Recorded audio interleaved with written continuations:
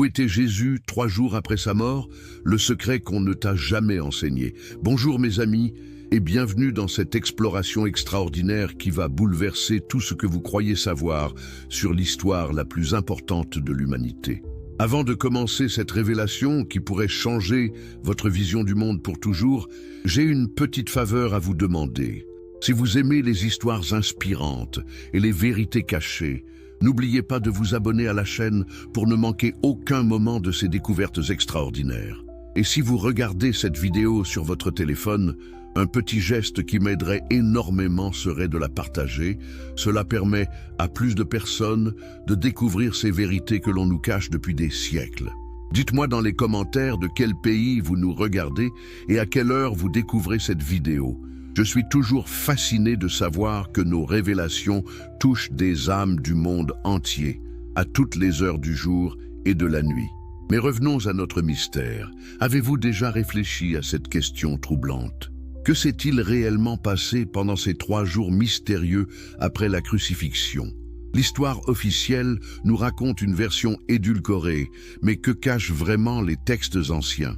Pourquoi certains manuscrits ont-ils été délibérément écartés des écritures canoniques? Et surtout, que révèle-t-il sur ce voyage extraordinaire que Jésus a entrepris dans les royaumes invisibles? Aujourd'hui, nous allons plonger dans les profondeurs de cette vérité cachée, explorer les témoignages oubliés et découvrir ensemble le secret le plus gardé du christianisme. Préparez-vous à un voyage qui va défier tout ce que vous pensiez savoir sur la mort, la résurrection et la véritable nature de l'existence spirituelle. Introduction. Mes chers amis, imaginez un instant que tout ce qu'on vous a enseigné sur les 3 jours les plus cruciaux de l'histoire humaine soit incomplet.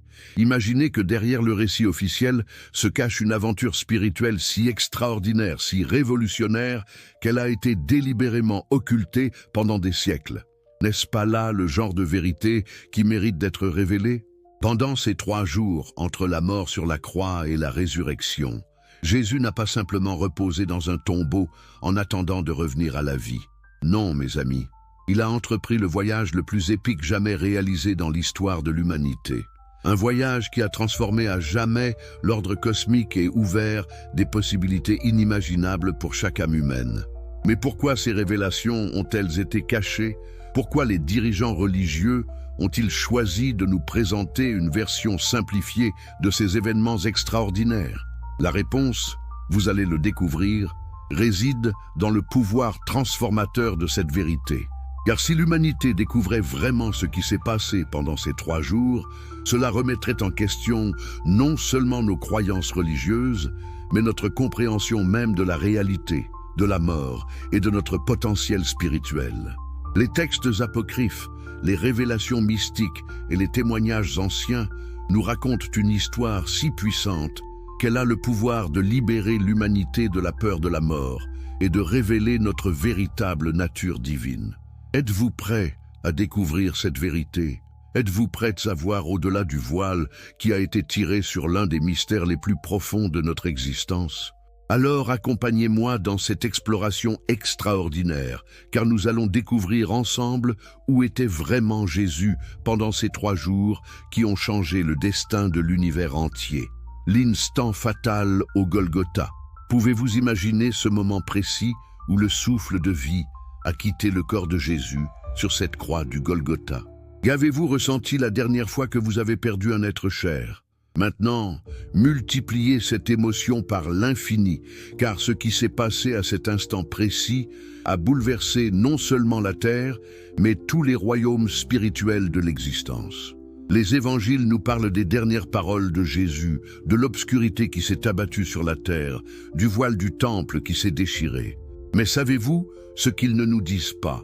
Ils ne nous parlent pas de ce que Jésus lui-même a ressenti à ce moment crucial, de ce que son âme a expérimenté lorsqu'elle s'est séparée de son corps physique. Selon les textes gnostiques découverts à Nag Hammadi et les révélations mystiques transmises par les premiers initiés chrétiens, le moment de la mort de Jésus n'a pas été une fin, mais le début de la mission la plus importante de toute son existence. Pensez-vous vraiment qu'un être de cette dimension spirituelle pourrait simplement mourir comme n'importe quel homme? Au moment précis où son cœur a cessé de battre, l'âme de Jésus a vécu une expérience que peu d'êtres humains peuvent comprendre.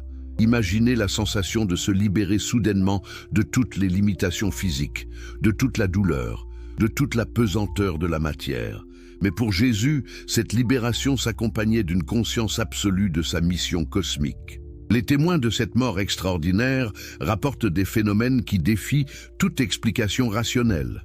Le centurion romain, habitué pourtant aux exécutions les plus brutales, a déclaré « Vraiment, cet homme était le Fils de Dieu ». Mais qu'est-ce qui l'a amené à cette conviction? Qu'a-t-il vu ou ressenti que les évangiles ne rapportent pas explicitement? Marie-Madeleine, présente au pied de la croix, a témoigné plus tard d'une lumière étrange qui semblait émaner du corps de Jésus même après sa mort. Les soldats romains, pourtant aguerris et sceptiques, ont rapporté une sensation de présence divine qui persistait autour du lieu de crucifixion, comme si quelque chose d'invisible mais de puissant demeurait présent.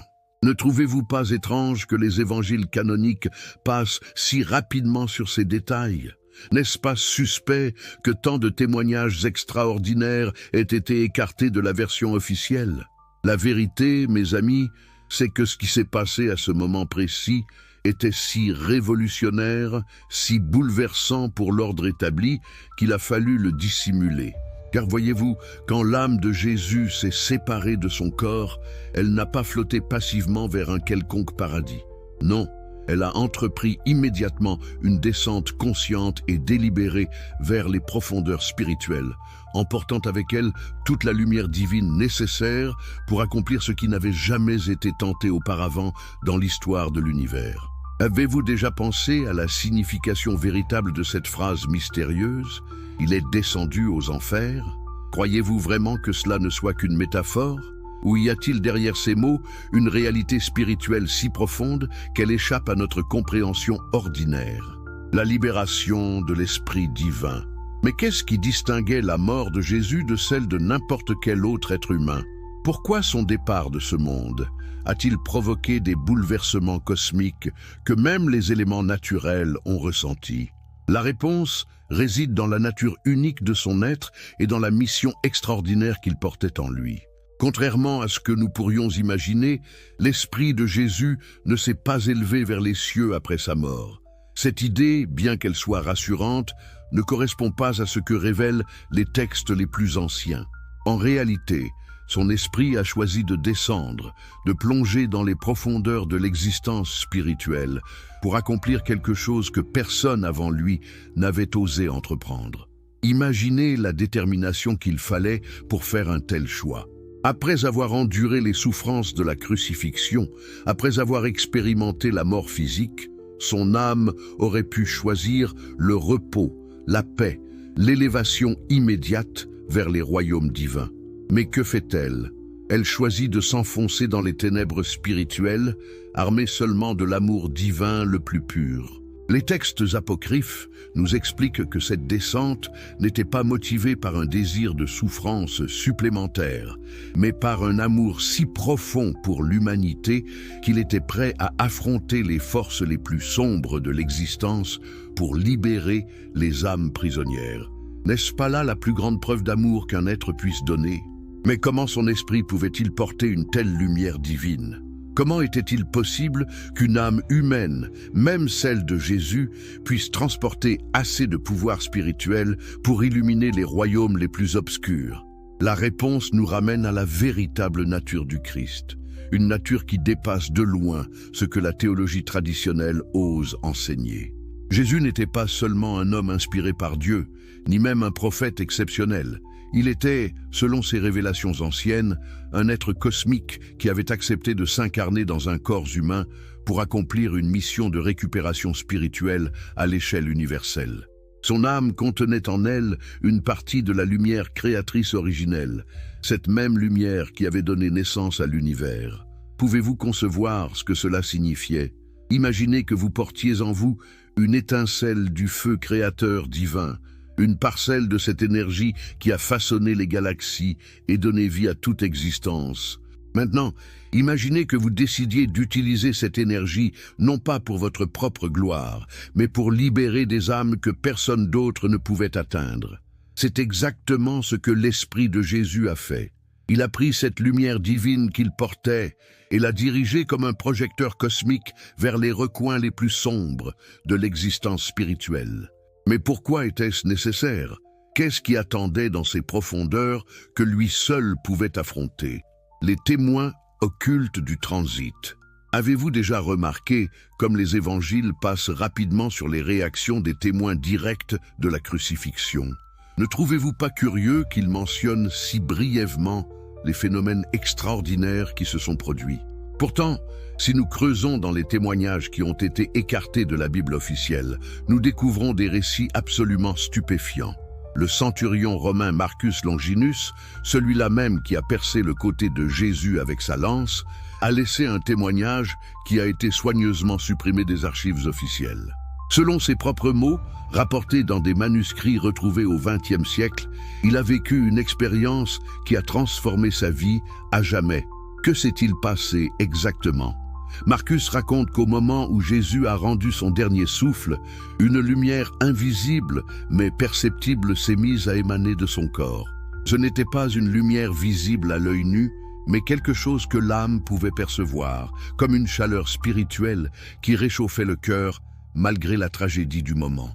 Mais ce qui a le plus troublé ce soldat aguerri, c'est ce qui s'est passé dans les minutes qui ont suivi la mort. Alors que le corps de Jésus pendait inerte sur la croix, Marcus a ressenti une présence si puissante qu'il a eu l'impression que l'être qui venait de mourir était plus vivant que jamais. Comment expliquer une telle contradiction? Comment un homme mort pouvait-il dégager une présence plus forte que lorsqu'il était vivant? La réponse, mes amis, réside dans le fait que ce que Marcus percevait n'était pas une illusion, mais la réalité spirituelle de ce qui se passait. L'âme de Jésus, libérée des contraintes du corps physique, rayonnait avec une intensité jamais atteinte pendant sa vie terrestre. C'était comme si sa mort physique avait décuplé sa puissance spirituelle. Marie-Madeleine, elle aussi, a vécu une expérience similaire mais encore plus intense. Les textes gnostiques rapportent qu'elle a pu voir, grâce à sa sensibilité spirituelle développée, le moment exact où l'âme de Jésus s'est séparée de son corps. Elle décrit cette séparation non pas comme un départ, mais comme une explosion de lumière qui s'est propagée dans toutes les dimensions de l'existence. Selon son témoignage, préservé dans l'évangile de Marie, retrouvé en Égypte, elle a vu l'esprit de Jésus s'élever brièvement au-dessus de son corps physique, puis, à sa grande surprise, commencer à descendre vers ce qu'elle décrit comme les profondeurs de la terre spirituelle. Cette vision l'a tellement marquée qu'elle a passé le reste de sa vie à essayer de comprendre ce qu'elle avait vu. Les autres femmes présentes au Golgotha ont également rapporté des phénomènes troublants. Marie, la mère de Jésus, malgré son immense douleur, a ressenti ce qu'elle a décrit comme une paix surnaturelle qui a envahi son être au moment précis de la mort de son fils. Cette paix n'était pas naturelle dans un moment de telle tragédie, mais elle témoignait de quelque chose de plus grand qui se déroulait au-delà du visible. Mais pourquoi ces témoignages ont-ils été écartés? Pourquoi l'Église primitive a-t-elle choisi de ne pas inclure ces récits extraordinaires dans les évangiles canoniques? N'aurait-il pas rendu la foi plus forte, plus convaincante? La vérité, c'est que ces témoignages révélaient une réalité spirituelle si profonde qu'elle risquait de remettre en question l'autorité religieuse établie. Le premier destinait la frontière entre les mondes. Après s'être séparé de son enveloppe charnelle, où l'âme de Jésus s'est-elle dirigée en premier? Avez-vous déjà réfléchi à ce concept fascinant de frontière entre les mondes? Existe-t-il vraiment des lieux spirituels où les âmes transitent avant d'atteindre leur destination finale? Selon les traditions ésotériques les plus anciennes, transmises par les mystiques de toutes les époques, il existe effectivement un espace spirituel qui sert de zone de transition entre le monde physique et les royaumes purement spirituels. Ce lieu, ni terrestre ni céleste, est décrit comme un vaste espace où les âmes nouvellement désincarnées font leurs premiers pas dans leur nouvelle existence. Mais imaginez la surprise des entités spirituelles qui gardaient cette frontière lorsqu'elles ont vu arriver l'âme de Jésus. Ce n'était pas une âme ordinaire en transition, perdue et désorientée comme la plupart des nouveaux arrivants. Non, c'était un être qui rayonnait d'une lumière divine si intense qu'elle illuminait toute la région spirituelle environnante. Les textes mystiques rapportent que l'arrivée de Jésus dans cette zone de transition a provoqué ce qu'on pourrait appeler un tremblement spirituel. Toutes les entités présentes, des guides spirituels aux gardiens de passage, ont immédiatement reconnu qu'elles étaient en présence de quelque chose d'extraordinaire. Mais qu'est-ce qui les a le plus surpris? Ce qui a étonné ces êtres spirituels, c'est que Jésus n'était pas venu chercher de l'aide ou des conseils pour sa propre transition. Il était venu avec une mission claire et déterminée: obtenir l'accès aux régions les plus profondes et les plus sombres de l'existence spirituelle. Une demande qui n'avait jamais été formulée auparavant. Pouvez-vous imaginer la perplexité de ces gardiens spirituels? Voici un être d'une pureté et d'une lumière exceptionnelle qui demandait à descendre vers les lieux que même les entités les plus courageuses évitaient. C'était comme si un ange demandait à visiter les enfers, non pas par curiosité, mais par amour pour ceux qui y étaient emprisonnés. Les témoignages mystiques nous racontent que Jésus n'a pas eu besoin de négocier ou de convaincre ses gardiens. Sa simple présence et la pureté de ses intentions étaient si évidentes que tous les obstacles spirituels se sont écartés devant lui. C'était comme si l'univers entier reconnaissait la légitimité et la nécessité de sa mission. Mais avant de poursuivre son voyage vers les profondeurs, Jésus a fait quelque chose d'inattendu. Il s'est adressé aux âmes qui transitaient dans cette zone frontière. Ces âmes qui venaient de quitter leur corps physique et qui étaient encore désorientées par leurs nouvelles conditions. Que leur a-t-il dit? Quel message a-t-il partagé avec ces âmes en transition? Selon les révélations mystiques, Jésus leur a annoncé que quelque chose d'extraordinaire était sur le point de se produire dans tous les royaumes spirituels. Il leur a expliqué que sa mission allait ouvrir de nouveaux chemins de libération et de réconciliation pour toutes les âmes, même celles qui étaient emprisonnées depuis des millénaires dans les régions les plus sombres de l'existence. Cette annonce a provoqué une onde d'espoir qui s'est propagée instantanément dans toute la zone de transition.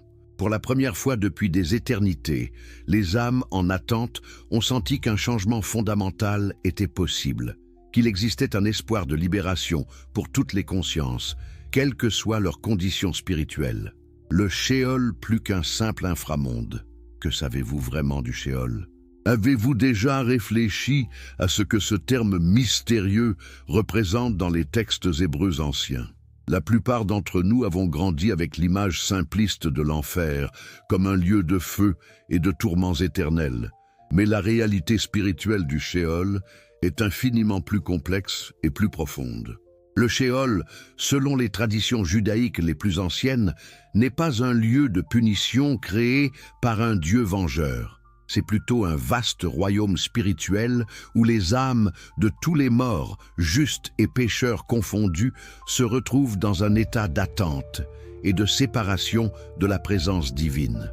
Imaginez un immense espace spirituel plongé dans une pénombre éternelle, où des millions d'âmes errent sans direction, coupées de la lumière divine qui donne sens à l'existence. Mais pourquoi ce lieu existait-il? Quelle était sa fonction dans l'ordre cosmique? Les textes mystiques nous expliquent que le Sheol était devenu nécessaire à cause de ce qu'on pourrait appeler une rupture cosmique survenue aux origines de l'humanité. Cette rupture avait créé une barrière entre les âmes humaines et la source divine, obligeant les morts à attendre dans ce royaume intermédiaire. Pensez à la solitude que devaient ressentir ces âmes emprisonnées dans le Sheol.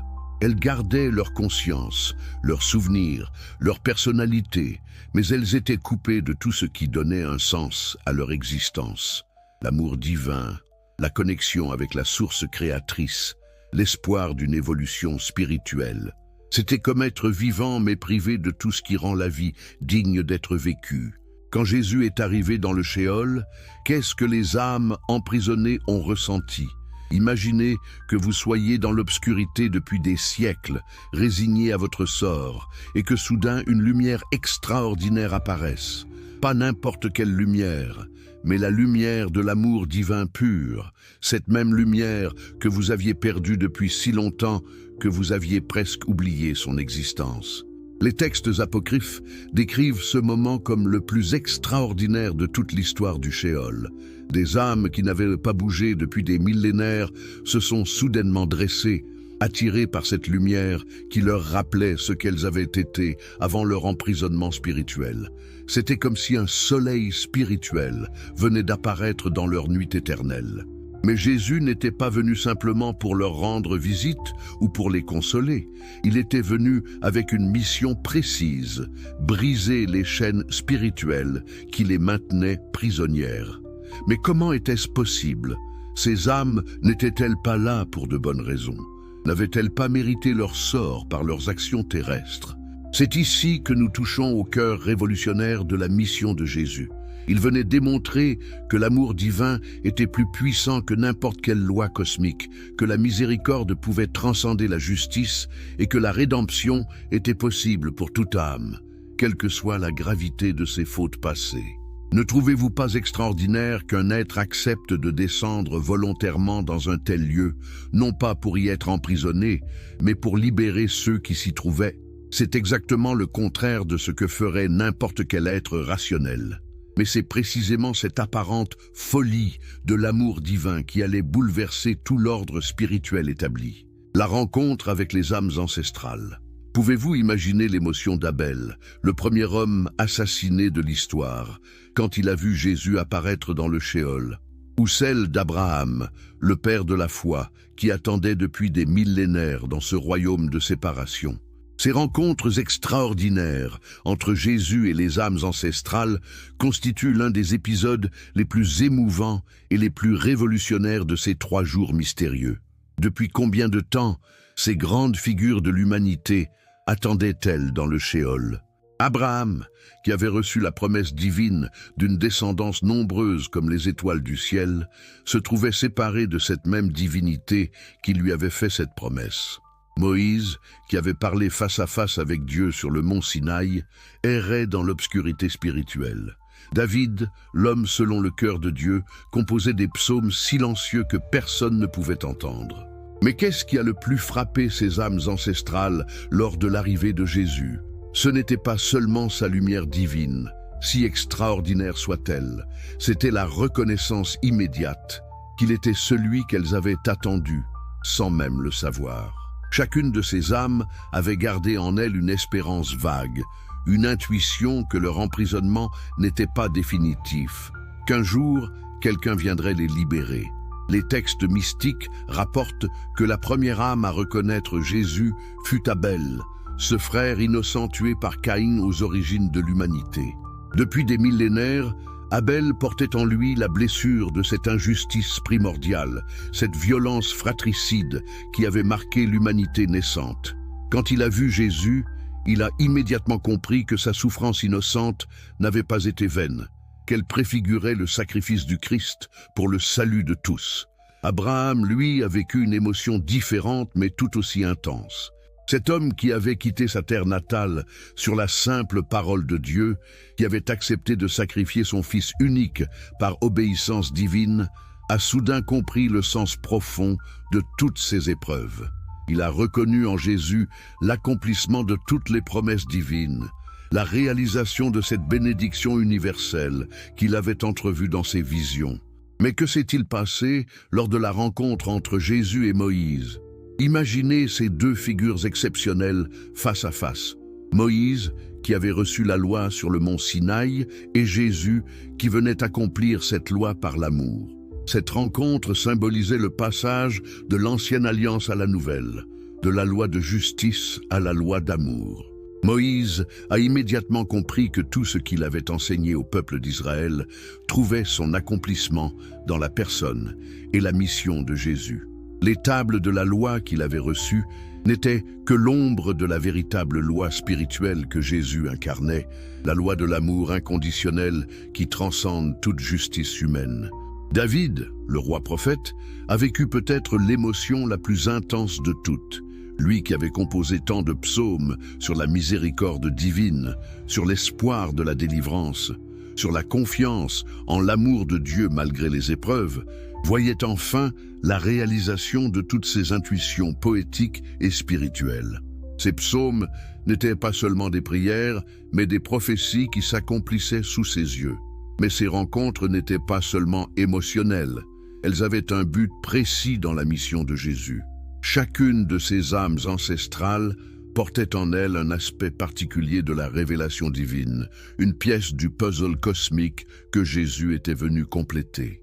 En les libérant, il ne faisait pas seulement un acte de miséricorde, il reconstituait l'unité de la révélation divine dispersée à travers les âges. La bataille contre les gardiens obscurs. Mais croyez-vous vraiment que la libération de ces âmes allait se faire sans résistance? Pensez-vous que les forces qui maintenaient le Sheol en état de fonctionnement depuis des millénaires allaient simplement s'effacer devant Jésus? La réalité spirituelle de cette mission était infiniment plus complexe et plus dramatique que ce que nous pourrions imaginer.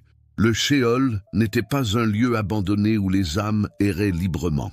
Il était organisé, structuré, gardé par des entités spirituelles dont la fonction était de maintenir les âmes dans leur état de séparation divine.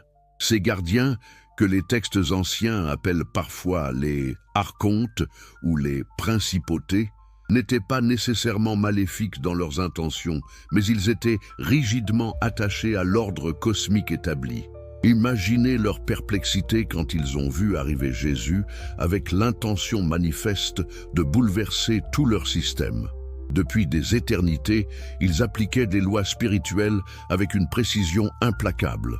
Chaque âme était classée selon ses mérites et ses fautes, chaque degré de séparation divine était soigneusement maintenu. Et voilà qu'arrivait un être qui prétendait que l'amour pouvait transcender toutes ces lois. La confrontation entre Jésus et ses gardiens n'a pas été une bataille physique, mais un affrontement de principes cosmiques. D'un côté, l'ordre basé sur la justice distributive, où chaque âme recevait exactement ce qu'elle méritait. De l'autre, un principe révolutionnaire, l'amour divin inconditionnel qui offrait la rédemption à toute âme, indépendamment de ses fautes passées. Les textes apocryphes décrivent cette confrontation comme le moment le plus tendu de tout le voyage de Jésus dans les royaumes spirituels. Les gardiens du Sheol lui ont présenté leurs arguments. Ces âmes sont ici selon la justice divine. Elles ont choisi leurs actions en toute liberté, elles doivent en assumer les conséquences. Modifier leur sort serait injuste envers celles qui ont choisi le bien. Mais quelle a été la réponse de Jésus? Il n'a pas nié la réalité de la justice divine. Mais il a révélé quelque chose de plus profond encore. L'amour divin n'annule pas la justice, il la transcende. Il a expliqué que Dieu n'avait jamais voulu la séparation éternelle de ses créatures, que le Sheol était devenu une distorsion de l'ordre divin originel. La puissance spirituelle que Jésus a déployée dans cette confrontation était d'un ordre que ses gardiens n'avaient jamais rencontré. Ce n'était pas une force destructrice qui cherchait à les anéantir, mais une énergie d'amour si pure qu'elle dissolvait toutes les barrières artificielles qui maintenaient les âmes en captivité. Certains de ces gardiens, les plus rigides dans leur attachement à l'ancien ordre, ont tenté de résister. Ils ont invoqué les lois cosmiques, les décrets divins, la nécessité de maintenir l'équilibre entre le bien et le mal. Mais leur résistance s'effritait face à la démonstration éclatante que l'amour était la loi suprême de l'univers. D'autres gardiens, plus sensibles à la vérité spirituelle, ont immédiatement reconnu la légitimité de la mission de Jésus. Ils ont compris que ce qu'ils prenaient pour l'ordre divin n'était en réalité qu'une version déformée de la véritable volonté créatrice. Ces entités sont devenues les alliés de Jésus dans sa mission de libération. La première libération massive. Avez-vous déjà assisté à un moment historique qui change le cours de l'humanité? Imaginez maintenant que vous soyez témoin du moment le plus révolutionnaire de toute l'histoire spirituelle, l'instant où les chaînes du Sheol se brisent et où des millions d'âmes retrouvent leur liberté après des millénaires d'emprisonnement. Quand Jésus a vaincu les dernières résistances des gardiens du Shéol, quelque chose d'extraordinaire s'est produit. La lumière divine qu'il portait s'est soudainement amplifiée, se propageant comme une onde d'amour pur dans tous les recoins de ce vaste royaume spirituel.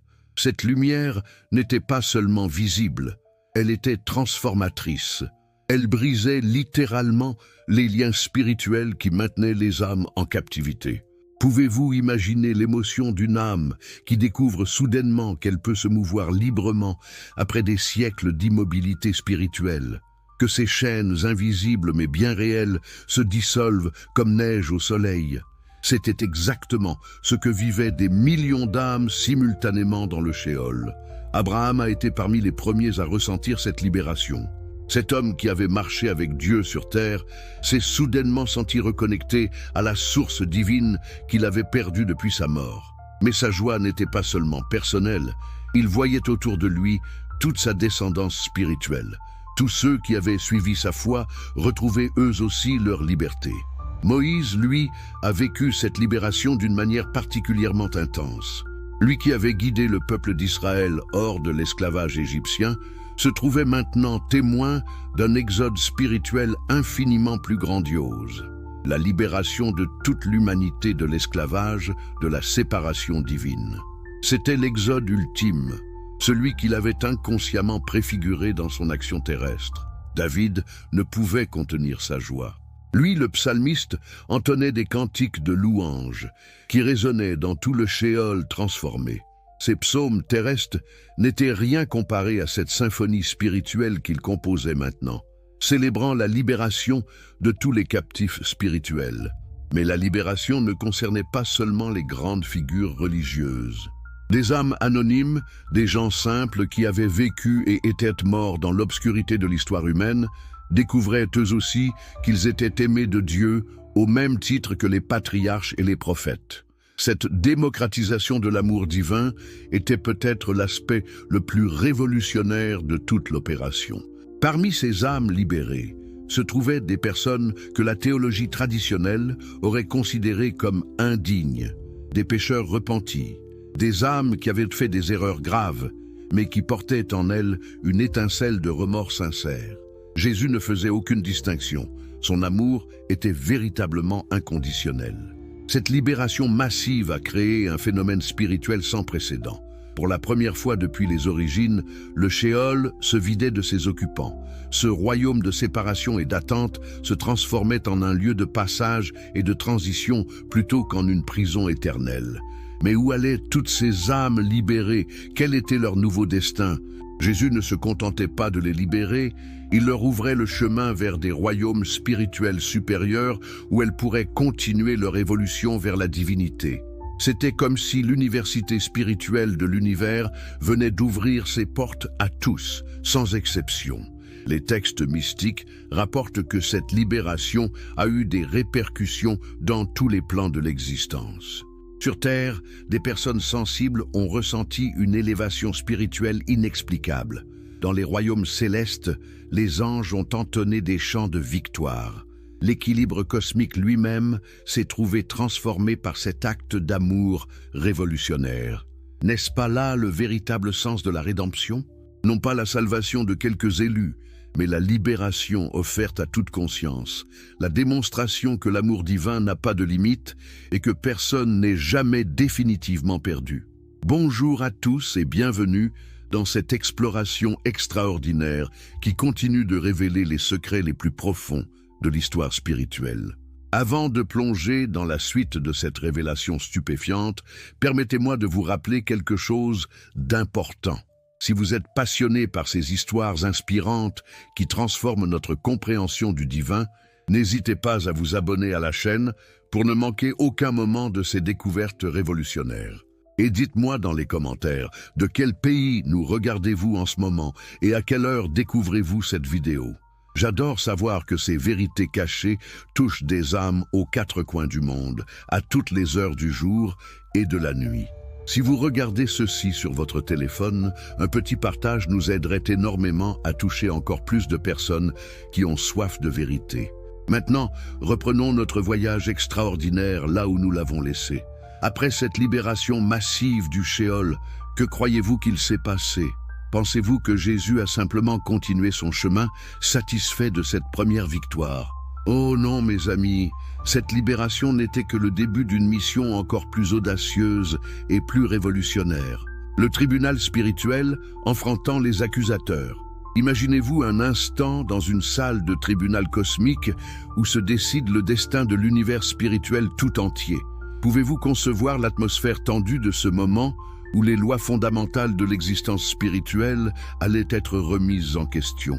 C'est exactement dans cette situation extraordinaire que Jésus s'est trouvé après la libération massive du Sheol. Mais qui étaient ces accusateurs cosmiques qui se sont présentés devant lui? Ne vous représentez pas des démons cornus avec des fourches, comme nous les dépeint l'imagerie populaire. Ces entités étaient infiniment plus sophistiquées et plus redoutables.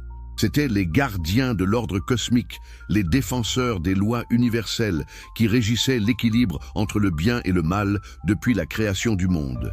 Ces accusateurs n'étaient pas motivés par la haine ou la méchanceté, mais par une conception rigide de la justice divine. Pour eux, chaque âme devait recevoir exactement ce qu'elle méritait selon ses actions terrestres. L'idée qu'un être, même divin, puisse bouleverser cet ordre millénaire leur paraissait non seulement incorrecte, mais dangereuse pour la stabilité de tout l'univers spirituel. Quand ils se sont présentés devant Jésus, leur premier argument était d'une logique implacable. Tu as violé les lois fondamentales de l'existence spirituelle. Ces âmes étaient dans le Sheol selon la justice divine parfaite. En les libérant, tu as créé un précédent dangereux qui pourrait mener au chaos cosmique. Comment peux-tu justifier cette action? Mais attendez, ne trouvez-vous pas fascinant que même dans les royaumes spirituels les plus élevés, il existe des procédures judiciaires? Cela ne vous révèle-t-il pas que l'univers fonctionne selon des principes de justice et d'équité, même aux niveaux les plus transcendants? Cette découverte bouleverse notre compréhension simpliste du divin comme une force arbitraire et capricieuse. La réponse de Jésus à ces accusations a constitué l'un des moments les plus révolutionnaires de toute l'histoire spirituelle. Il n'a pas nié avoir violé les règles établies. Au contraire, il a admis ouvertement avoir agi en dehors du cadre légal cosmique traditionnel. Mais sa défense reposait sur un principe encore plus fondamental que la justice, l'amour inconditionnel. « Vous parlez de justice », a-t-il déclaré à ses accusateurs. Mais quelle justice y a-t-il à maintenir éternellement séparées de leur source divine des âmes créées pour l'union avec cette même source? Vous appliquez la lettre de la loi, mais vous en avez oublié l'esprit. Dieu n'a pas créé les âmes pour les punir, mais pour les aimer. Pouvez-vous imaginer l'effet de ces paroles sur le tribunal cosmique? Pour la première fois depuis des éternités, quelqu'un osait remettre en question non pas l'existence de la justice divine, mais son application. Jésus proposait une interprétation révolutionnaire de la volonté divine. Et si l'amour était supérieur à la justice? Et si la miséricorde était la véritable expression de la perfection divine? Les accusateurs ont tenté de répliquer, mais si nous pardonnons à tous sans distinction, quelle différence y a-t-il entre le bien et le mal? Si les conséquences des actions disparaissent, pourquoi les âmes feraient-elles des efforts pour évoluer spirituellement? Ces questions touchaient au cœur même de la problématique cosmique. Comment concilier justice et miséricorde? La réponse de Jésus a illuminé tout le tribunal spirituel d'une compréhension nouvelle. L'amour véritable ne supprime pas la responsabilité, il la transforme. Une âme touchée par l'amour inconditionnel ne cherche plus à éviter la punition. Elle désire naturellement s'améliorer pour répondre à cet amour. La peur de la punition peut modeler les comportements, mais seul l'amour peut transformer les cœurs. N'est-ce pas là une révolution complète de notre compréhension de la motivation spirituelle? Combien d'entre nous agissons par peur de la punition divine plutôt que par amour véritable? Et si Jésus avait raison? Et si l'amour inconditionnel était effectivement plus efficace que la justice punitive pour élever les âmes vers leur potentiel divin? Les accusateurs cosmiques se présentent. Mais qui étaient exactement ces entités qui osaient mettre en accusation un être de la stature spirituelle de Jésus? Leur identité même révèle des aspects fascinants de l'organisation des royaumes spirituels que la théologie traditionnelle préfère passer sous silence. Ces accusateurs n'étaient pas des anges déchus ou des démons rebelles, mais ce que les textes anciens appellent les archontes de la justice, des entités créées spécifiquement pour maintenir l'équilibre moral de l'univers. Imaginez-les comme les procureurs cosmiques de la création, chargés de veiller à ce que chaque action soit suivie de sa conséquence appropriée. Leur existence même pose une question troublante. Si Dieu est amour absolu, pourquoi a-t-il créé ces entités dont la fonction principale est de faire respecter une justice qui peut paraître impitoyable? Cette contradiction apparente révèle la complexité extraordinaire de la création divine, où différents aspects de la nature divine doivent être équilibrés. Le premier des accusateurs, que les textes nomment Métatron, le gardien des lois, s'est présenté devant Jésus avec une majesté terrible. Son apparence spirituelle reflétait sa fonction.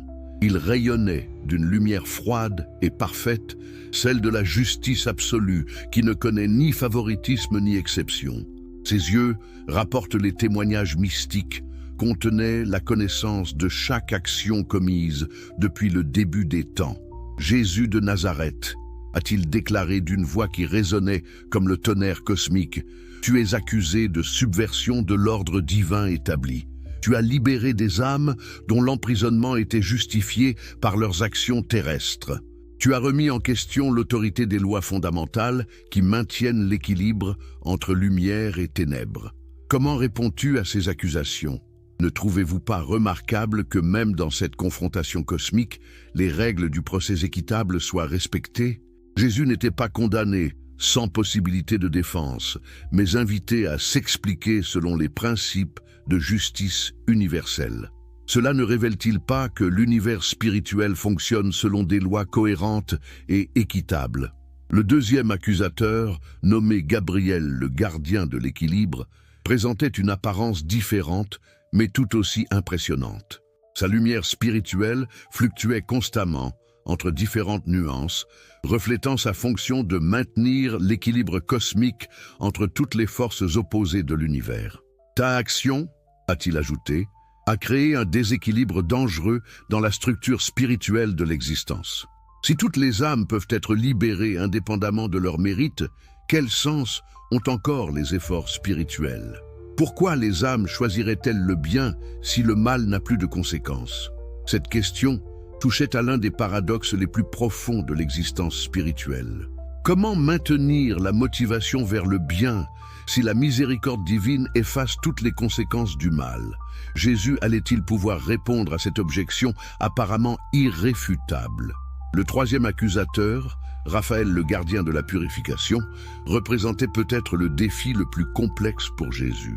Sa fonction était de s'assurer que chaque âme traverse les processus de purification nécessaires avant d'accéder au royaume spirituel supérieur.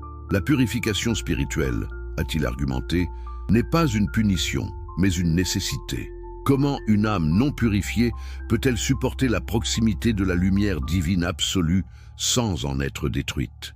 En court-circuitant ces processus, tu mets en danger les âmes que tu prétends sauver. Cette objection était particulièrement redoutable car elle ne reposait pas sur un désir de punition, mais sur une préoccupation apparemment bienveillante pour le bien-être des âmes libérées. Comment Jésus allait-il démontrer que son action était non seulement juste, mais aussi sage et protectrice? La défense divine, l'argument de l'amour. Face à ces accusations cosmiques apparemment irréfutables, quelle défense Jésus allait-il présenter? Allait-il invoquer son statut divin pour imposer sa volonté? Allait-il nier les faits qui lui étaient reprochés? Son choix a été infiniment plus révolutionnaire et plus profond que tout ce que le tribunal cosmique pouvait anticiper. Jésus s'est levé dans toute sa majesté spirituelle, et sa lumière s'est intensifiée jusqu'à illuminer tout l'espace du tribunal cosmique. Mais ce n'était pas une lumière d'autorité imposante, c'était une lumière d'amour pur qui touchait chaque entité présente au cœur même de son être. Mes accusateurs honorables, a-t-il commencé avec une dignité qui commandait le respect même de ses opposants. Vous parlez de justice, d'équilibre et de purification comme s'ils étaient des fins en soi. Mais permettez-moi de vous rappeler la vérité fondamentale que vous semblez avoir oubliée. Ces lois n'ont été établies que pour servir l'amour divin, pas pour le remplacer. Pouvez-vous imaginer l'effet de ces paroles sur des entités qui avaient consacré leur existence entière à faire respecter ces lois? Jésus ne les attaquait pas, mais leur révélait que leur fonction véritable était bien plus élevée qu'elles ne l'avaient compris. Quand Dieu a créé l'univers, a continué Jésus, son intention n'était pas de créer un système judiciaire cosmique, mais une famille divine. Chaque âme créée l'a été par amour et pour l'amour. Si certaines se sont égarées, ce n'est pas par défaut de création, mais par exercice du libre arbitre qui leur avait été donné. Cette révélation frappait au cœur même du problème cosmique. Et si tout le système de justice spirituelle n'était qu'un mécanisme temporaire, une mesure d'urgence mise en place pour gérer les conséquences du libre arbitre mal utilisé? Et si l'intention divine originelle était la réconciliation universelle plutôt que la séparation éternelle? Vous me reprochez d'avoir violé vos lois, a poursuivi Jésus. Mais je vous demande, quelle loi est supérieure, celle qui punit ou celle qui guérit? Celle qui sépare ou celle qui réconcilie? Celle qui maintient les âmes dans la souffrance ou celle qui leur offre la libération? Les accusateurs commençaient à percevoir la profondeur révolutionnaire de cette défense. Jésus ne niait pas l'importance de la justice, mais révélait qu'il existait une justice supérieure, celle qui cherche non pas à punir le mal, mais à le transformer en bien. Regardez les âmes que j'ai libérées du Sheol, a continué Jésus en étendant sa main spirituelle vers l'espace, où les millions d'âmes libérées rayonnaient maintenant de gratitude et d'amour. Sont-elles devenues plus mauvaises depuis leur libération? Ou au contraire, leur contact avec l'amour inconditionnel les a-t-il transformées en êtres de lumière plus purs que jamais? Cette démonstration empirique était irréfutable. Les âmes libérées du Sheol ne présentaient aucun signe de corruption ou de décadence morale. Au contraire, elles rayonnaient d'une pureté spirituelle que même leurs accusateurs devaient reconnaître. Vous craignez que la miséricorde supprime la motivation vers le bien, a ajouté Jésus, s'adressant directement à Gabriel, le gardien de l'équilibre. Mais observez ces âmes libérées, leur désir de bien agir n'a jamais été aussi fort. Pourquoi? Parce qu'elles agissent maintenant par amour reconnaissant plutôt que par peur de la punition. N'est-ce pas là une révolution complète de notre compréhension de la motivation spirituelle? Combien d'actions que nous considérons comme bonnes ne sont en réalité motivées que par la peur? Et combien plus pures et plus authentiques deviennent nos actions quand elles jaillissent de la gratitude et de l'amour? Et à toi, Raphaël, gardien de la purification, a continué Jésus, je dis que l'amour inconditionnel est la purification la plus puissante qui existe. Une âme touchée par cet amour se purifie plus rapidement et plus complètement que par tous les processus de pénitence que vous pourriez imaginer. Cette affirmation touchait au cœur même de la sotériologie, la doctrine du salut. Jésus proposait que l'amour divin n'était pas seulement un sentiment bienveillant, mais une force transformatrice, capable de purifier instantanément toute souillure spirituelle. Le veredicto que changea tout dans ce moment de tension cosmique absolue, alors que l'avenir de l'ordre spirituel universel se jouait, quelque chose d'extraordinaire s'est produit. Le tribunal cosmique, composé des entités les plus élevées de la création, s'est trouvé face à un dilemme sans précédent dans toute l'histoire de l'existence. D'un côté, ils avaient des lois cosmiques claires et précises qui avaient été violées de manière flagrante. Selon ces lois, Jésus méritait non seulement une condamnation, mais une sanction qui servirait d'exemple à toute entité qui pourrait être tentée de suivre son exemple révolutionnaire. De l'autre côté, ils ne pouvaient nier l'évidence de leur propre sens spirituel. L'action de Jésus avait produit des résultats positifs incontestables. Les âmes libérées étaient effectivement plus pures, plus lumineuses, plus proches de leur potentiel divin qu'elles ne l'avaient jamais été pendant leur emprisonnement dans le Sheol. Mais ce qui a le plus troublé le tribunal, c'est la révélation progressive que les lois qu'il défendait si ardemment n'étaient peut-être pas l'expression ultime de la volonté divine. Et si ces lois n'étaient que des mesures temporaires, des béquilles spirituelles mises en place en attendant qu'une solution plus parfaite soit trouvée. Métatron, le gardien des lois, qui avait été le plus véhément des accusateurs, a été le premier à exprimer ce doute révolutionnaire. Jésus de Nazareth, ta défense nous oblige à reconsidérer les fondements mêmes de notre compréhension de la justice divine. Si l'amour inconditionnel produit effectivement de meilleurs résultats que la justice distributive, alors nos fonctions mêmes doivent être repensées. Cette admission était stupéfiante. Imaginez un juge terrestre reconnaissant publiquement que le système judiciaire qu'il applique depuis des décennies pourrait être fondamentalement défectueux. C'était exactement ce qui se passait, mais à l'échelle cosmique. Gabriel, le gardien de l'équilibre, a ajouté sa propre révélation troublante. L'équilibre que nous nous efforcions de maintenir entre lumière et ténèbres était peut-être un faux équilibre. Et si l'intention divine était que la lumière absorbe progressivement toutes les ténèbres par la force transformatrice de l'amour? Cette question remettait en cause l'un des concepts les plus fondamentaux de la spiritualité, la nécessité éternelle de l'opposition entre bien et mal. Et si cette opposition n'était qu'une phase temporaire de l'évolution cosmique? Et si le but ultime était l'harmonie universelle plutôt que l'équilibre des contraires? Raphaël, le gardien de la purification, a exprimé la révélation la plus profonde de toutes. Nous avons confondu purification et punition, transformation et souffrance. L'amour dont tu témoignes, Jésus, purifie effectivement plus efficacement que tous nos processus. Peut-être notre rôle était-il de préparer les âmes à recevoir cet amour plutôt que de les maintenir dans la séparation. Cette prise de conscience collective du tribunal cosmique a créé un phénomène spirituel sans précédent. Pour la première fois depuis la création, les lois fondamentales de l'univers spirituel étaient remises en question non pas par rébellion, mais par découverte d'une vérité supérieure. Le verdict, quand il est finalement tombé, a révolutionné pour toujours l'ordre cosmique. Métatron, parlant au nom du tribunal unanime, a prononcé ces paroles historiques. Jésus de Nazareth, nous reconnaissons que ton action, bien qu'elle ait violé nos lois, révélait une loi supérieure, celle de l'amour inconditionnel divin. Non seulement nous te déclarons innocent de toute faute, mais nous reconnaissons que tu as accompli la volonté divine la plus profonde. Mais le verdict ne s'est pas arrêté là. Il a établi un précédent révolutionnaire. À partir de ce jour, l'amour inconditionnel aura priorité sur toute autre loi dans l'ordre cosmique. Toute âme qui invoque sincèrement cet amour aura accès à la rédemption immédiate, indépendamment de ses fautes passées.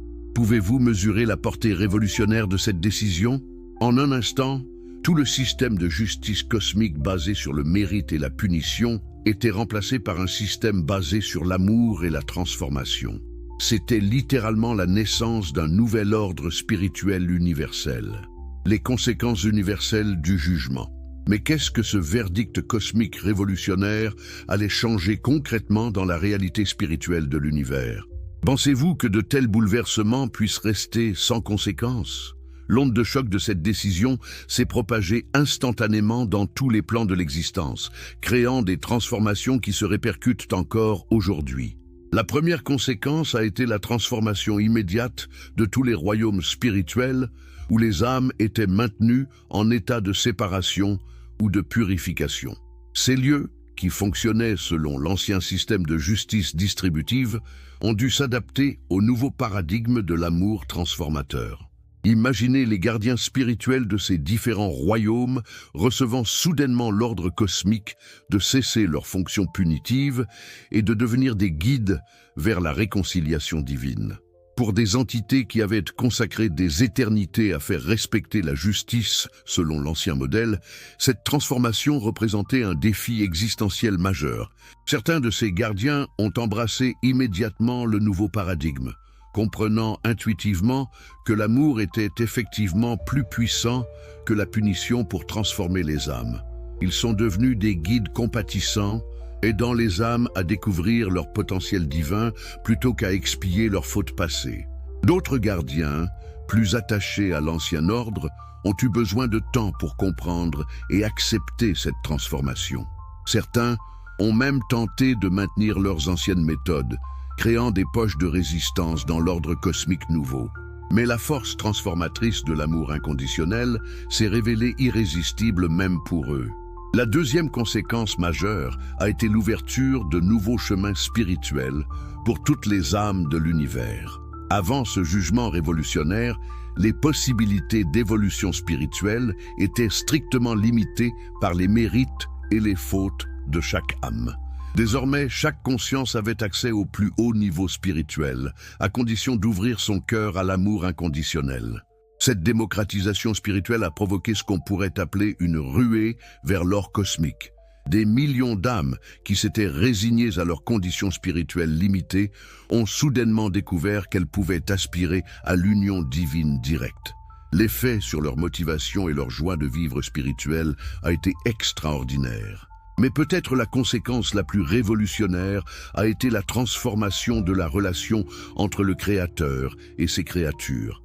Avant ce jugement, cette relation était principalement basée sur la crainte révérentielle et l'obéissance aux commandements divins. Désormais, elle pouvait être basée sur l'amour mutuel et la collaboration joyeuse dans l'œuvre de création continue.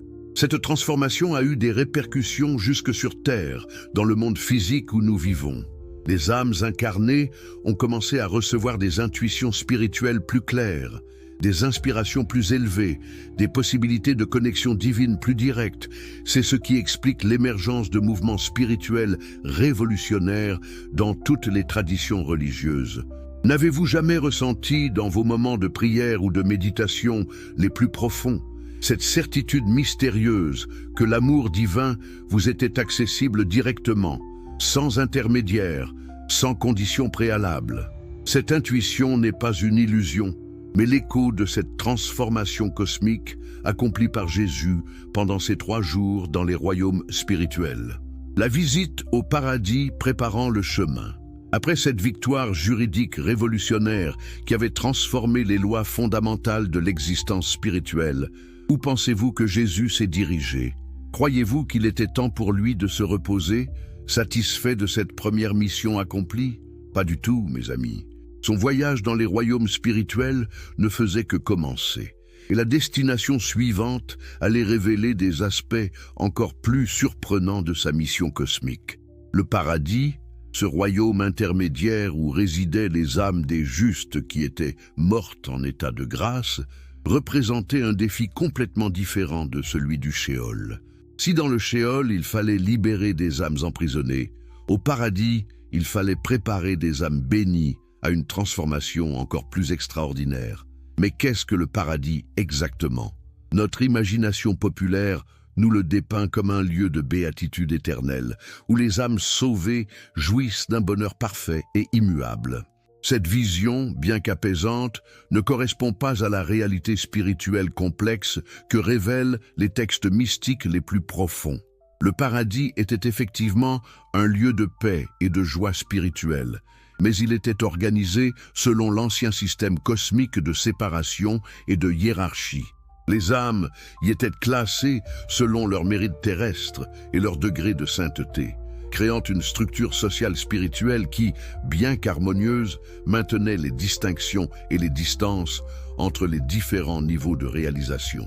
Quand Jésus est arrivé au paradis, les âmes qui s'y trouvaient ont ressenti sa présence avec un mélange de joie et de perplexité.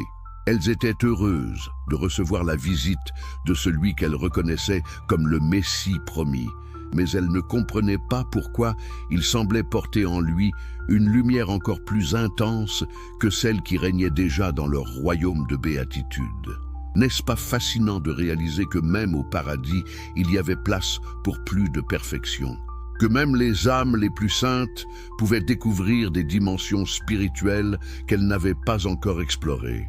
Cette révélation bouleverse notre compréhension statique du salut, comme état final et immuable. Les premières âmes à accueillir Jésus au paradis ont été surprises par son message. Elles s'attendaient à être félicitées pour leur réalisation spirituelle, à recevoir la confirmation qu'elles avaient atteint l'objectif ultime de l'existence. Au lieu de cela, Jésus leur a révélé qu'elles étaient sur le point de découvrir des dimensions divines encore plus extraordinaires. « Mes amis bien-aimés, leur a-t-il dit avec cette tendresse qui caractérisait toutes ses paroles, votre joie actuelle n'est qu'un avant-goût de la béatitude qui vous attend. Le système de séparation et de hiérarchie dans lequel vous vivez va être remplacé par quelque chose d'infiniment plus merveilleux, l'union directe et immédiate avec la source divine elle-même. » Cette annonce a créé une onde d'excitation mêlée d'appréhension dans tout le paradis. Ces âmes avaient trouvé la paix dans leurs conditions actuelles. Elles s'étaient habituées à leur niveau de béatitude. L'idée d'un changement, même vers quelque chose de supposé meilleur, les troublait légèrement. C'est ici que nous touchons à l'un des aspects les plus profonds de la nature humaine. Notre tendance à nous satisfaire de nos réalisations actuelles, même quand des possibilités plus grandes s'ouvrent devant nous. Même au paradis, les âmes devaient surmonter une forme subtile de résistance au changement. Le paradis, le jardin des âmes justes.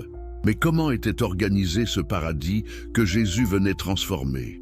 Avez-vous déjà imaginé à quoi pourrait ressembler un royaume entièrement peuplé d'âmes saintes? La réalité spirituelle de ce lieu dépassait de loin tout ce que notre imagination terrestre pourrait concevoir, mais elle révélait aussi des limitations surprenantes. Le paradis n'était pas un lieu géographique au sens physique du terme, mais plutôt un état de conscience collective, partagé par des millions d'âmes qui avaient atteint un certain niveau de pureté spirituelle. Imaginez une dimension où la beauté, l'harmonie et la paix règnent en permanence, où chaque pensée se manifeste immédiatement sous forme de réalité spirituelle lumineuse. Dans ce royaume, les âmes conservaient leur individualité et leur personnalité, mais elles vivaient dans une harmonie parfaite les unes avec les autres. Les conflits, la jalousie, la compétition, tous les maux qui empoisonnent l'existence terrestre avaient complètement disparu. À leur place régnait l'amour mutuel, l'entraide spirituelle et la joie partagée de contempler la beauté divine. Les âmes du paradis étaient organisées en communautés spirituelles basées sur leurs affinités et leur niveau de réalisation. Les martyrs se retrouvaient entre eux, partageant leurs expériences de sacrifice héroïque pour la foi. Les contemplatifs formaient des cercles de méditation perpétuelle, plongés dans l'extase de la contemplation divine. Les bienfaiteurs terrestres continuaient leur œuvre de charité, mais à l'échelle spirituelle. Cette organisation, bien qu'harmonieuse, révélait une limitation subtile, mais significative. Elle maintenait les âmes dans des catégories fixes basées sur leur réalisation terrestre passée. Un martyr restait un martyr. Un contemplatif demeurait un contemplatif, un bienfaiteur poursuivait sa bienfaisance. Il n'y avait pas de possibilité d'évolution au-delà de ces rôles établis. Quand Jésus a observé cette structure paradisiaque, il a immédiatement perçu son caractère transitoire. Ces âmes méritaient infiniment plus que cette béatitude catégorisée. Elles étaient destinées à l'union divine complète, à la participation directe à la créativité divine, à devenir des co-créateurs conscients de l'univers spirituel en expansion. Mais comment leur expliquer que leur paradis actuel, si beau soit-il, n'était qu'une antichambre de leur véritable destinée? Comment leur faire comprendre que la séparation même qui les maintenait dans cet état de béatitude limitée devait être transcendée pour accéder à une union divine plus profonde? Jésus a choisi une approche délicate et progressive. Il a commencé par visiter chaque communauté spirituelle du paradis, partageant avec ses membres une lumière divine encore plus intense que celle qu'ils connaissaient déjà. Cette lumière ne diminuait pas leur joie actuelle, mais révélait des dimensions de bonheur qu'ils n'avaient jamais soupçonnées. Les martyrs ont été les premiers à comprendre. Habitués au dépassement de soi et au sacrifice pour des réalités plus grandes, ils ont immédiatement saisi que Jésus leur proposait un sacrifice ultime, renoncer à leur identité séparée pour se fondre dans l'union divine absolue. Cette perspective, loin de les effrayer, les a emplis d'une joie anticipée extraordinaire. Les contemplatifs ont également embrassé rapidement cette révélation. Leur pratique de la méditation leur avait déjà fait entrevoir des états de conscience où l'individualité se dissolvait dans la contemplation de l'absolu divin. L'idée de faire de cet état temporaire leur condition permanente les a transportés d'enthousiasme. Mais les bienfaiteurs ont montré plus de résistance. Leur identité était si liée à leurs actions charitables qu'ils craignaient de perdre leur capacité d'aider les autres en se fondant dans l'union divine. C'est alors que Jésus leur a révélé une vérité extraordinaire. Dans l'union divine, ils ne perdraient pas leur capacité de bienfaisance, ils l'amplifieraient à l'échelle cosmique. La rencontre avec Enoch et Élie. Dans ce processus de transformation du paradis, Jésus savait qu'il aurait besoin d'alliés exceptionnels, d'êtres qui avaient déjà expérimenté des formes de transcendance uniques. C'est pourquoi sa prochaine destination l'a mené vers deux figures extraordinaires de l'histoire spirituelle. Enoch et Élie, les seuls êtres humains à avoir été transférés directement au royaume céleste sans passer par l'expérience de la mort physique. Mais où se trouvaient exactement ces deux êtres exceptionnels ? Ils n'étaient ni dans le Sheol avec les âmes emprisonnées, ni dans le paradis avec les âmes sauvées. Ils résidaient dans une dimension spirituelle unique, un royaume intermédiaire entre les royaumes humains et les sphères angéliques les plus élevées. Enoch, cet homme mystérieux qui avait marché avec Dieu et avait été enlevé sans voir la mort, était devenu au fil des millénaires une sorte de gardien des secrets cosmiques. Son expérience unique d'ascension sans mort lui avait donné accès à des connaissances sur la structure de l'univers spirituel que même les anges les plus élevés ne possédaient pas. Quand Jésus l'a approché, Enoch l'a reconnu immédiatement, mais pas seulement comme le Messie promis. Il l'a reconnu comme l'accomplissement de visions cosmiques qu'il avait reçues pendant ses millénaires de séjour dans les royaumes supérieurs. « Tu es celui qui était annoncé », lui a-t-il dit, « celui qui unifiera enfin tous les royaumes de l'existence. » Élie, le prophète de feu qui avait été enlevé au ciel dans un char flamboyant, représentait un type différent de transcendance. Sa transformation avait été plus dramatique, plus visible, marquée par la puissance divine manifestée à travers les éléments naturels. Il possédait des connaissances uniques sur la manière dont l'énergie divine pouvait transformer la matière physique. La rencontre entre Jésus et ces deux êtres extraordinaires n'était pas fortuite. Chacun d'eux possédait des éléments cruciaux pour la mission cosmique que Jésus était en train d'accomplir.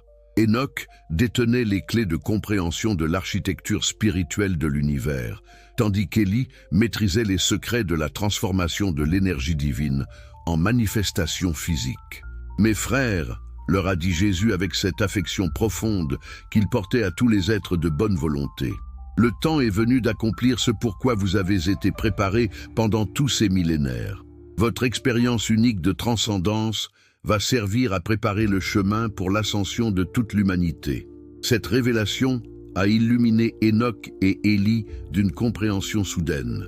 Ils ont réalisé que leur enlèvement mystérieux n'avait pas été un privilège personnel, mais une préparation pour cette mission cosmique. Ils avaient été des précurseurs, des prototypes de ce que toute l'humanité était destinée à devenir. Enoch a partagé avec Jésus sa connaissance détaillée de la structure des royaumes célestes supérieurs.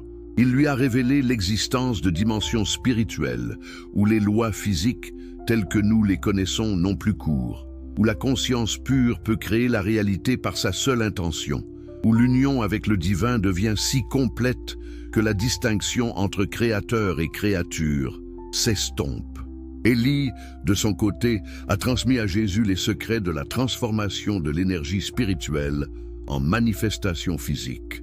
Ces connaissances allaient être cruciales pour la résurrection du corps physique de Jésus, car il ne s'agissait pas simplement de revenir à la vie, mais de créer un nouveau type de corps physique capable de fonctionner simultanément dans les dimensions spirituelles et matérielles. La réorganisation des royaumes célestes. Armé des connaissances transmises par Enoch et Élie, Jésus était maintenant prêt à entreprendre la phase la plus ambitieuse de sa mission cosmique. La réorganisation complète de tous les royaumes célestes selon le nouveau paradigme de l'amour inconditionnel établi par le tribunal cosmique. Mais imaginez l'ampleur de cette tâche. Il ne s'agissait pas simplement de modifier quelques règlements administratifs dans un bureau céleste. C'était la refonte complète de l'architecture spirituelle de l'existence, la transformation de systèmes qui fonctionnaient selon les mêmes principes depuis la création du monde. Les royaumes célestes, avant cette intervention révolutionnaire, étaient organisés selon une hiérarchie stricte, basée sur les degrés de pureté et de mérite spirituel. Au sommet se trouvaient les séraphins et les chérubins, les anges les plus proches du trône divin. En dessous, une succession de cœurs angéliques, chacun ayant sa fonction spécifique dans l'ordre cosmique. Cette organisation hiérarchique avait sa logique et sa beauté, mais elle maintient aussi une forme de séparation entre les différents niveaux d'existence spirituelle. Un ange du cœur inférieur ne pouvait aspirer à rejoindre les rangs supérieurs. Une âme humaine nouvellement arrivée ne pouvait prétendre à l'égalité avec les entités qui servaient Dieu depuis des éons. Le projet de Jésus était révolutionnaire. Remplacer cette hiérarchie basée sur le mérite et l'ancienneté par une communion universelle basée sur l'amour partagé. Dans ce nouveau système, chaque être spirituel, quelle que soit son origine ou son niveau de développement antérieur, aurait accès direct à l'union divine s'il ouvrait sincèrement son cœur à l'amour inconditionnel. Mais comment réorganiser des systèmes aussi anciens et complexes sans créer le chaos? Comment convaincre des entités habituées à leur statut et leur fonction d'accepter une transformation aussi radicale? Jésus allait devoir faire preuve d'une diplomatie cosmique extraordinaire. Il a commencé par rencontrer les dirigeants des différents cœurs angéliques, non pas pour leur imposer les changements, mais pour leur révéler la beauté et la logique supérieure du nouveau système. Sa approche était celle de l'illumination, plutôt que de l'autorité, de la révélation plutôt que de la contrainte. Aux séraphins, ces anges de feu qui brûlaient d'amour pour Dieu, il a révélé que leur amour pouvait s'étendre infiniment au-delà de leur cercle restreint pour embrasser toute la création. Leur fonction ne diminuerait pas, elle s'amplifierait à l'échelle universelle. Aux chérubins, gardien de la sagesse divine, il a montré que la vraie sagesse consistait à partager la connaissance divine avec tous les êtres capables de la recevoir, plutôt que de la garder jalousement dans les cercles supérieurs. Aux archanges, ces puissants messagers divins, il a confié la mission extraordinaire de devenir les guides de cette transition cosmique, aidant chaque être spirituel à découvrir sa nouvelle place dans l'ordre transformé. La résistance à ces changements n'est pas venue des rangs supérieurs, comme on pourrait s'y attendre, mais paradoxalement des niveaux intermédiaires de la hiérarchie céleste. Certains anges avaient trouvé une identité confortable dans leur statut actuel et craignaient de la perdre dans le nouveau système égalitaire. Jésus a dû déployer toute sa sagesse et sa patience pour les convaincre que l'égalité spirituelle ne signifiait pas la perte de leur unicité individuelle, mais au contraire la libération de leur potentiel véritable. Dans l'ancien système, ils étaient limités par leurs fonctions assignées. Dans le nouveau, ils pourraient explorer toutes les dimensions de leur nature divine. La préparation pour le retour. Pendant que ces transformations cosmiques s'accomplissaient dans les royaumes spirituels supérieurs, le corps physique de Jésus, reposant dans le tombeau de Joseph d'Arimathie, subissait lui aussi une transformation extraordinaire en préparation de son retour à la vie terrestre. Mais ne vous méprenez pas sur la nature de cette transformation. Il ne s'agissait pas simplement de maintenir le corps en état de conservation, comme on pourrait le faire avec un cadavre ordinaire. C'était un processus de transfiguration complète qui allait créer un nouveau type d'existence physique, capables de fonctionner simultanément dans les dimensions matérielles et spirituelles.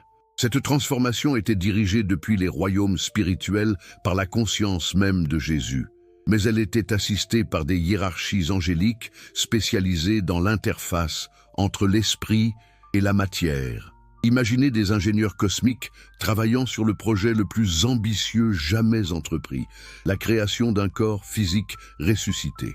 Le processus impliquait la restructuration complète de chaque cellule du corps, selon un nouveau modèle énergétique. Les cellules ordinaires fonctionnent selon les lois de la biologie terrestre, avec leurs limitations de mortalité, de maladie et de vieillissement. Les nouvelles cellules du corps ressuscité allaient fonctionner selon des lois spirituelles supérieures. Ces nouvelles cellules conservaient l'apparence et les fonctions des cellules ordinaires, mais elles étaient imprégnées d'énergie divine qui leur donnait des capacités extraordinaires. Elles pouvaient exister simultanément dans plusieurs dimensions, se matérialiser et se dématérialiser à volonté, résister à toute forme de corruption ou de détérioration. Mais la transformation la plus extraordinaire concernait le système nerveux. Le cerveau et les nerfs du corps ressuscité allaient être capables de traiter des informations provenant non seulement des sens physiques ordinaires, mais aussi de tous les plans spirituels de l'existence.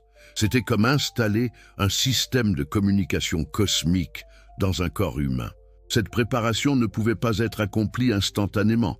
Elle nécessitait les 3 jours complets pendant lesquels l'âme de Jésus accomplissait sa mission dans les royaumes spirituels. Chaque étape de cette mission cosmique correspondait à une phase particulière de la transformation corporelle. Pendant que Jésus libérait les âmes du Sheol, son cœur physique était reconstruit selon le nouveau modèle, devenant capable de pomper non seulement le sang, mais l'énergie vitale divine elle-même. Pendant qu'il affrontait le tribunal cosmique, son cerveau était réorganisé pour accueillir la conscience cosmique qu'il avait développée. La transformation la plus délicate concernait l'intégration harmonieuse de tous ces changements. Il fallait que le corps ressuscité conserve son humanité authentique tout en acquérant ses nouvelles capacités divines. Jésus devait pouvoir manger, parler, toucher et être touché comme n'importe quel être humain, tout en étant capable de miracles qui transcendent toutes les lois physiques. Cette intégration a nécessité la collaboration de toutes les forces spirituelles que Jésus avait mobilisées pendant sa mission. Les âmes libérées du Sheol ont contribué leur gratitude reconnaissante. Les entités du tribunal cosmique ont apporté leur sagesse juridique.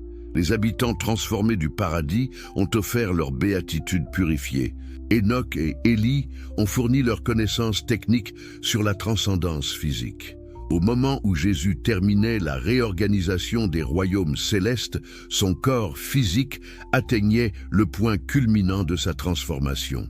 Il était devenu le prototype d'une nouvelle forme d'existence humaine, l'exemple vivant de ce que toute l'humanité était destinée à devenir dans son évolution spirituelle future. La synchronisation parfaite entre la mission spirituelle et la transformation corporelle révélait la maîtrise absolue que Jésus avait développée sur tous les aspects de l'existence. Il était simultanément un réformateur cosmique révolutionnant l'ordre spirituel universel et un alchimiste divin transformant la matière physique selon les lois supérieures. Quand le 3e jour est arrivé, tout était prêt pour le retour le plus extraordinaire de toute l'histoire. Le corps ressuscité attendait la réintégration de l'âme glorifiée. Les royaumes spirituels réorganisés étaient prêts à accueillir une nouvelle ère de communion universelle. L'univers entier retenait son souffle cosmique en anticipation de ce moment où l'impossible allait devenir réalité. N'est-ce pas là le véritable miracle de la résurrection? Non pas simplement qu'un homme mort revienne à la vie, mais qu'en revenant, il apporte avec lui la transformation de tout l'ordre de l'existence, ouvrant des possibilités inouïes pour chaque âme de l'univers. Mes chers amis, nous voici arrivés au moment le plus extraordinaire de cette révélation cosmique qui bouleverse tout ce que nous pensions savoir sur la mort, la résurrection et la transformation spirituelle. Avant de plonger dans cette finale époustouflante qui va changer votre vision de l'existence pour toujours, permettez-moi de vous rappeler quelque chose d'essentiel.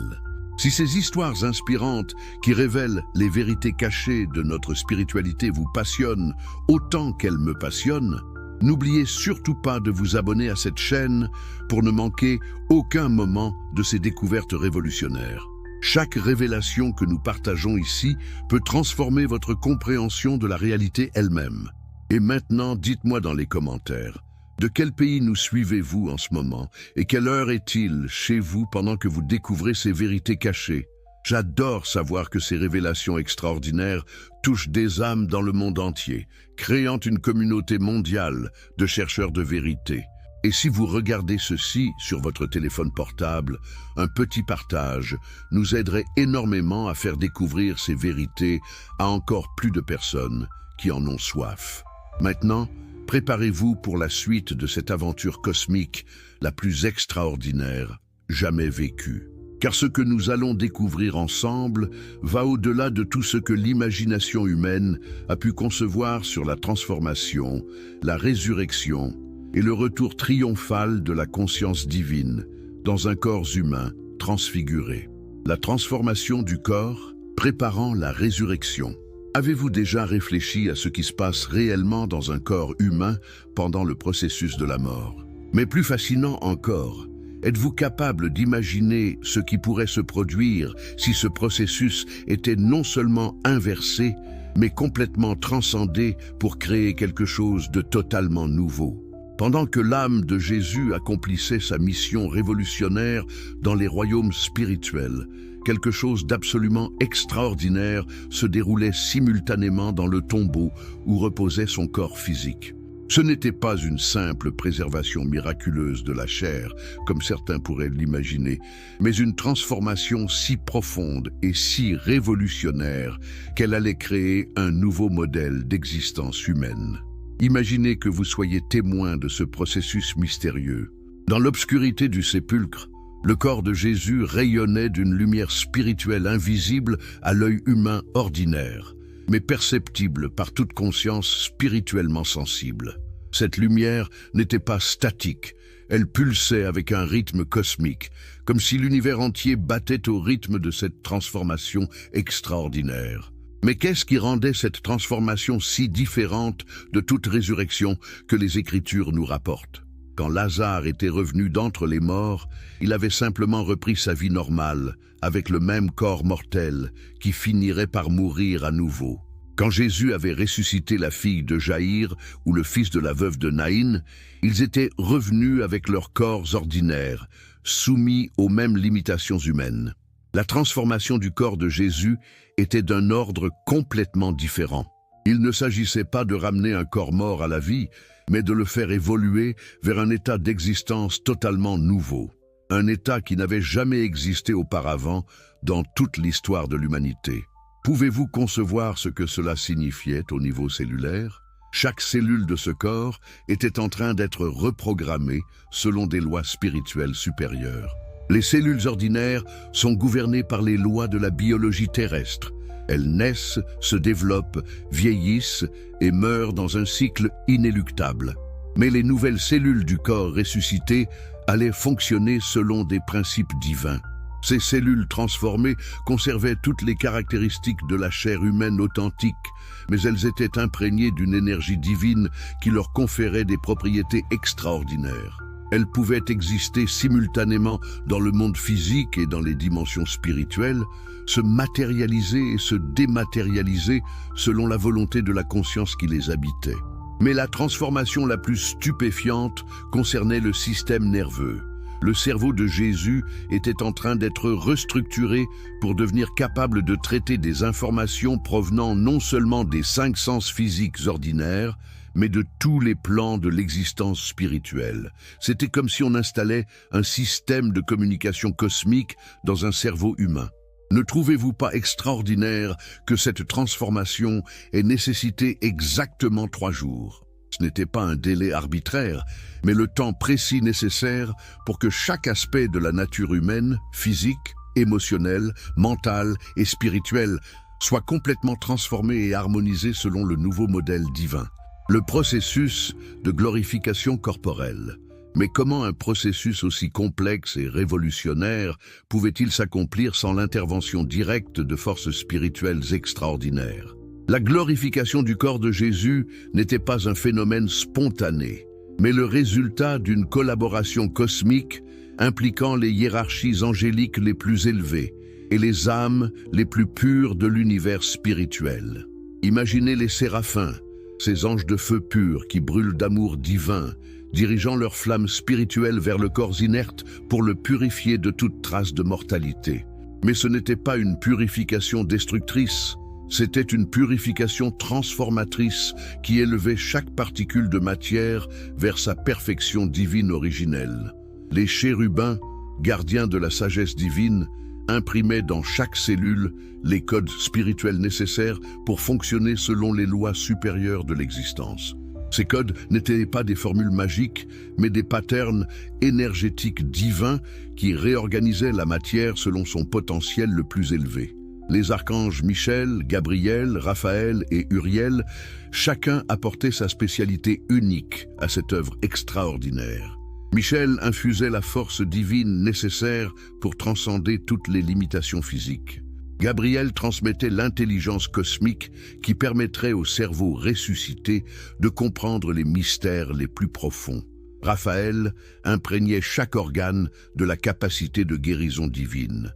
Uriel illuminait tout le système nerveux de la lumière de la connaissance universelle. Mais peut-être l'aspect le plus fascinant de cette transformation était-il la participation active des âmes que Jésus avait libérées du Sheol. Ces millions d'âmes reconnaissantes dirigeaient leur gratitude et leur amour vers le corps de leur libérateur, créant un flux d'énergie spirituelle positive d'une puissance inimaginable. Abraham apportait sa foi parfaite, cette confiance absolue en la parole divine qui avait caractérisé toute sa vie terrestre. Cette foi imprégnait maintenant chaque fibre musculaire du corps ressuscité, lui donnant la capacité de manifester instantanément toute volonté divine. Moïse contribuait sa sagesse législatrice, cette compréhension profonde des lois divines qui gouvernent l'existence. Cette sagesse s'intégrait au système nerveux central, permettant au corps ressuscité de fonctionner en parfaite harmonie avec tous les principes cosmiques. David offrait sa capacité poétique et musicale, cette sensibilité artistique qui peut toucher les cœurs les plus endurcis. Cette sensibilité se diffusait dans tout le système émotionnel du corps transformé, lui permettant de communiquer l'amour divin de la manière la plus belle et la plus touchante. Mais ne croyez pas que cette transformation était limitée aux grandes figures spirituelles. Chaque âme libérée, même la plus humble, apportait sa contribution unique. L'artisan anonyme offrait son habileté manuelle, permettant aux mains ressuscitées de créer des merveilles. Le paysan simple donnait sa connexion avec la terre, permettant aux pieds ressuscités de bénir chaque sol qu'il toucherait. L'intégration des corps spirituels. Avez-vous déjà entendu parler du concept des corps spirituels multiples que possède chaque être humain ?